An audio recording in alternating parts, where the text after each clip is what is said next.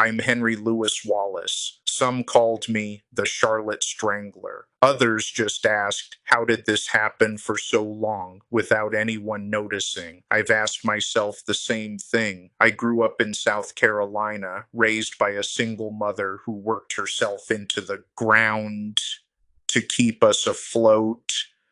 I was a good student. People saw me as respectful, even charming. After I left the military, I worked at Taco Bell in Charlotte. I managed shifts. I trained employees.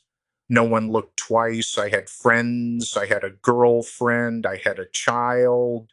I kept up appearances. That was the point. The women I hurt, they were people I knew. I told myself stories that it was about power or that it was a response to everything I'd buried inside. But the truth, it wasn't about them. It was about the version of me I couldn't stop feeding. I wasn't violent in front of others. I wasn't a threat publicly. I took advantage of trust, of routine, of how people looked at me and assumed safety.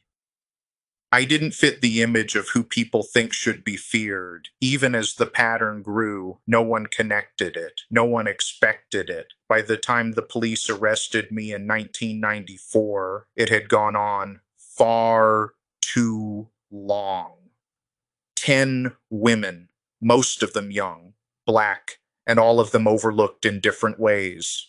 I cooperated. I didn't try to run. I told them everything because deep down, I knew it had to stop. Maybe part of me wanted to be stopped, but none of that excuses what I did. Nothing can. My trial dragged on. They called me a predator, said I used charm as a weapon. Maybe that's true. My lawyers tried to explain the trauma, the mental illness, but none of that brings those women back.